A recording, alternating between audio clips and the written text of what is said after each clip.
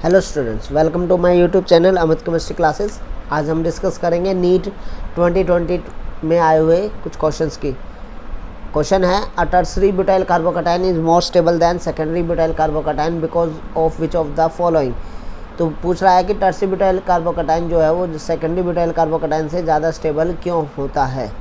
तो पहला रीज़न है -I effect of CH3 group plus R effect of CH3 group minus R effect of CH3 group hyper conjugation. तो सबसे पहले हम यहाँ पर टर्सरी ब्यूटाइल कार्बोकैटायन की स्ट्रक्चर देखेंगे। तो टर्सरी ब्यूटाइल कार्बोकैटायन हमारा कुछ इस तरीके से होता है CH3 CH3 ये हो गया हमारा टर्ट ब्यूटाइल कार्बोकैटायन या टर्सरी ब्यूटाइल कार्बोकैटायन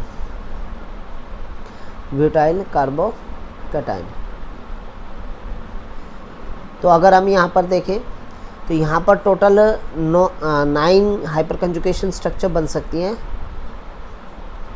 टोटल यहाँ पर 9 हाइपर कंजुकेशन स्ट्रक्चर्स बन सकती हैं।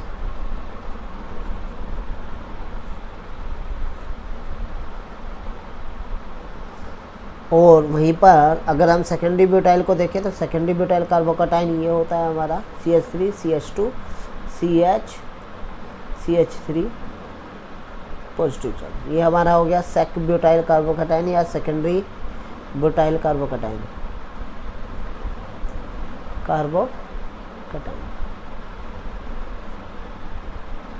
तो इसमें जो हाइपर कंजुकेशन बनेगी वो इस CH3 से बनेगी और इस CH2 से बनेगी। तो अगर हम यहाँ पर गिने तो total 3 hyper conjugation structure CH3 से और 2 हाइपर कंजुकेशन स्ट्रक्चर CH2 से। क्लियर। तो इसमें जो हमारी हाइपर कंजुकेशन स्ट्रक्चर बनेंगी वो 5 हाइपर कंजुकेशन स्ट्रक्चर बनेंगी।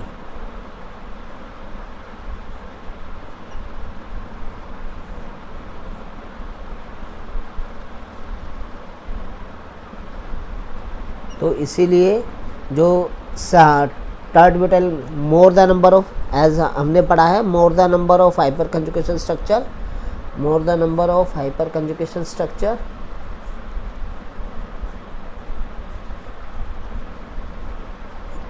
मोर द स्टेबिलिटी।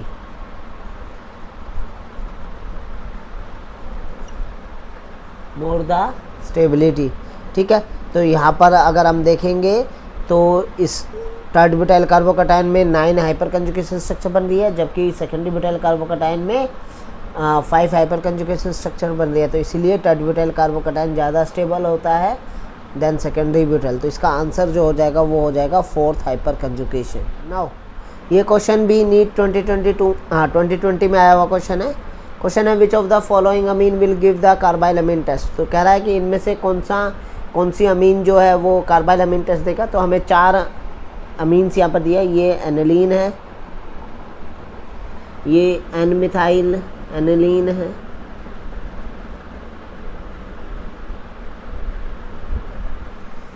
ये NN डाइमिथाइल एनिलीन है,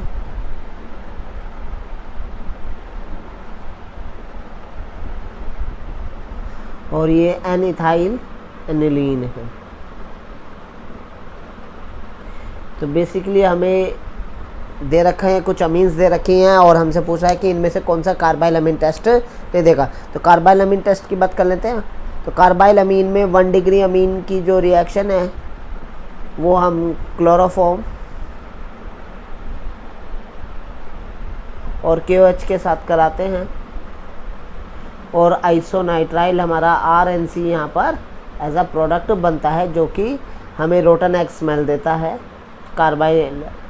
तो आइसोनाइट्राइल यहाँ पर एज अ प्रोडक्ट बनता है, मेन प्रोडक्ट या मेजर प्रोडक्ट हमारा। इसी रिएक्शन को हम कार्बाइल अमीन टेस्ट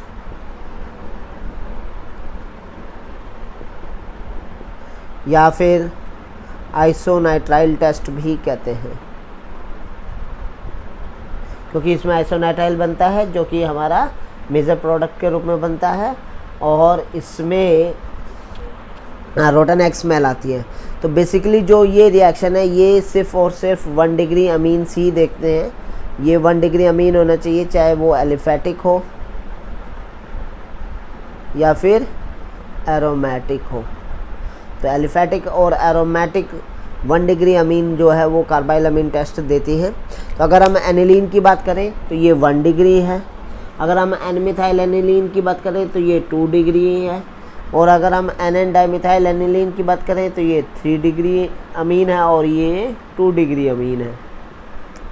तो ये इनमें से जो ये कार्बाइल अमीन टेस्ट देगा वो सिर्फ और सिर्फ एनिलीन होगा, और एनिलीन की यहाँ पर जो है रिएक्शन हो जाएगी।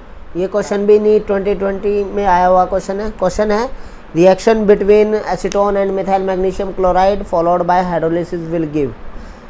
तो क्वेश्चन है कि एसीटोन और मिथाइल मैग्नीशियम क्लोराइड की जब हम रिएक्शन कराएंगे और हाइड्रोलिसिस के बाद क्या प्रोडक्ट हमें मिलेगा। तो पहला प्रोडक्ट है isopropyl alcohol, secondary butyl alcohol, third butyl alcohol, isobutyl alcohol. तो कौन सा हमें प्रोडक्ट मिलेगा। तो बेसिकली हमारा एसीटोन जो होता है वो होता है CH3C double bond O CH3, और methyl magnesium bromide CH3MgBr MgCl methyl magnesium.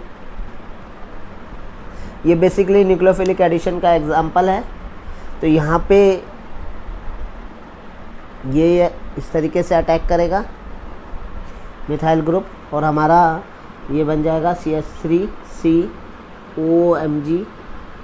OMgCl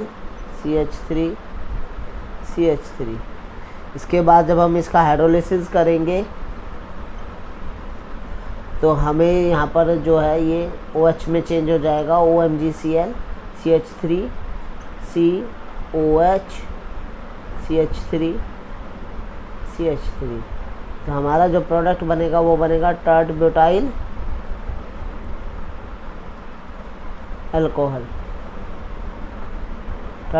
alcohol, इसमें हमारा प्रोडक्ट बनेगा। तो बेसिकली ये रिएक्शन जो था न्यूक्लियोफिलिक एडिशन का एग्जांपल था, तो इसमें हमारा ऑप्शन हो जाएगा टर्ड ब्यूटाइल अल्कोहल। नाउ ये क्वेश्चन भी नीट 2020 में आया हुआ क्वेश्चन है elimination reaction of 2 bromopentane to form pent two ene is. कह रहा है कि एलिमिनेशन रिएक्शन हुई है 2 ब्रोमोपेंटेन्स की पेंट-2-इन बनाने के लिए। तो बताओ ये किस क्या है। बीटा एलिमिनेशन रिएक्शन है, फॉलो सेरजेफ रूल है, डिहाइड्रो हेलोजिनेशन रिएक्शन है, डिहाइड्रेशन। तो इसमें से कौन सा पेयर जो है ये रिएक्शन फॉलो कर रही है। तो बेसिकली हमारा 2 ब्रोमोपेंटेन ये होगा CH3 CH2 CH2 CH Br CH3। जब हम इसकी अल्कोहलिक KOH के साथ रिएक्शन कराएंगे तो यहाँ पर एलिमिनेशन होगा। तो अगर हम यहाँ पर देखें तो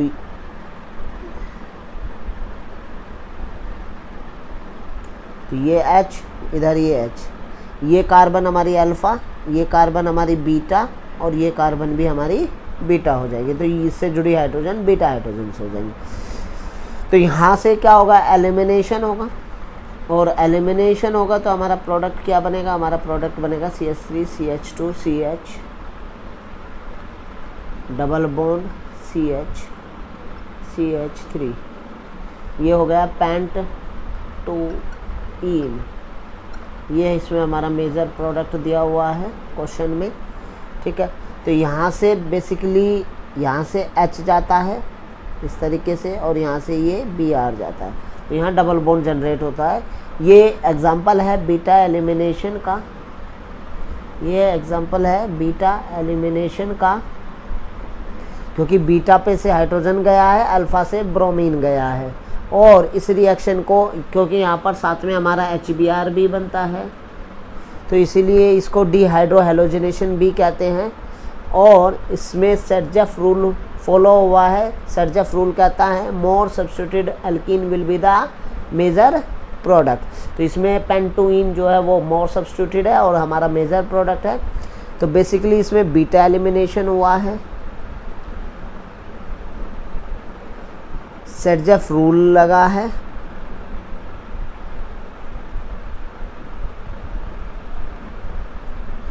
और इसे डिहाइड्रो हेलोजिनेशन भी कहेंगे।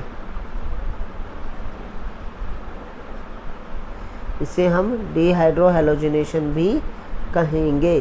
तो यहाँ पर बेसिकली ये 3 option A B C follow हो रहे हैं। तो ए बी सी हमारा फर्स्ट ऑप्शन है, तो हमारा ऑप्शन फर्स्ट हो जाएगा। डिहाइड्रेशन नहीं है। डिहाइड्रेशन का मतलब होता है रिमूवल ऑफ वाटर। यहाँ पर वाटर का रिमूवल नहीं हुआ है, तो इसलिए ये डिहाइड्रेशन का एग्जाम्पल नहीं है। ठीक है, तो हमारा ऑप्शन इसमें करेक्ट फर्स्ट हो जाएगा। ये क्वेश्चन भी नीट 2020 में आया हुआ क्वेश्चन है। क्वेश्चन है an alkene on ozonolysis give methanol as one of the product.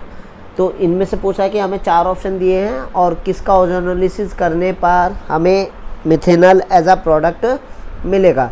तो बेसिकली पहले हम बात कर लेते हैं ओजोनोलिसिस की। तो ओजोनोलिसिस में अगर हम देखें तो सबसे पहले हमारा जो जो एल्कीन होता है, इसकी रिएक्शन ओजोन के साथ कराते हैं। इसकी पहले स्टेप में इसकी रिएक्शन ओजोन के साथ कराते हैं और दूसरे में इसमें रिडक्शन करते हैं इसका जिंक वाटर के साथ। तो हमारा 2 मोल कार्बोनिल कंपाउंड यहाँ पर बनता है।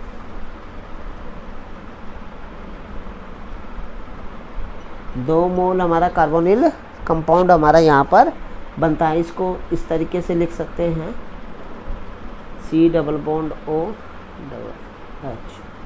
तो हमें अगर एक प्रोडक्ट मिथेनॉल चाहिए तो यहाँ पर कोई भी R1 R2 ग्रुप हो सकता है और इस तरफ मान लो HH हो जाए। तो इधर हमारा R1 R2 कोई भी अल्काइल ग्रुप हो सकता है, इधर हमारा दोनों तरफ HH।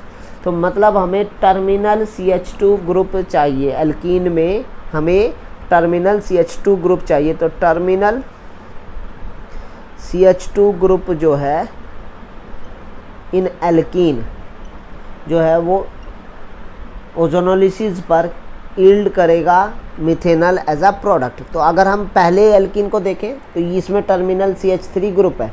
तो अगर इसका करेंगे तो ये 2 मोल कीटोन ये हमें मिथेनॉल एज अ प्रोडक्ट नहीं देगा। इसमें भी हमें मिथेनॉल एज अ प्रोडक्ट नहीं मिलेगा, फर्स्ट में भी नहीं मिलेगा, सेकंड में भी नहीं मिलेगा। बट अगर हम थर्ड को देखें, थर्ड ऑप्शन को अगर हम देखें तो थर्ड ऑप्शन में हमारा जो है,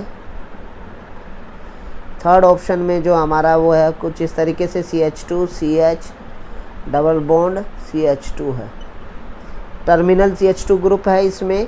तो इसकी जब ओजोनोलिसिस कराएंगे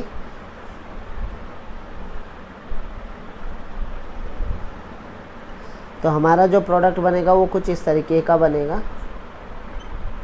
CH2 C double bond OH, एक ये बनेगा और साथ में C double bond OH 2H। तो ये मिथेनॉल बन गया। तो थर्ड जो हमारा है वो हमें मिथेनॉल एज अ प्रोडक्ट देगा ओजोनोलिसिस पर। फोर्थ जो है, फोर्थ में भी हमें ओजोनोलिसिस, क्योंकि इसमें टर्मिनल CH2 ग्रुप नहीं है तो इसीलिए ये एल्कीन भी हमें ओजोनोलिसिस नहीं देगी। तो हमारा ऑप्शन जो होगा थर्ड करेक्ट ऑप्शन हो जाएगा, जो कि हमें ओजोनोलिसिस पर मिथेनॉल एज अ प्रोडक्ट देगा।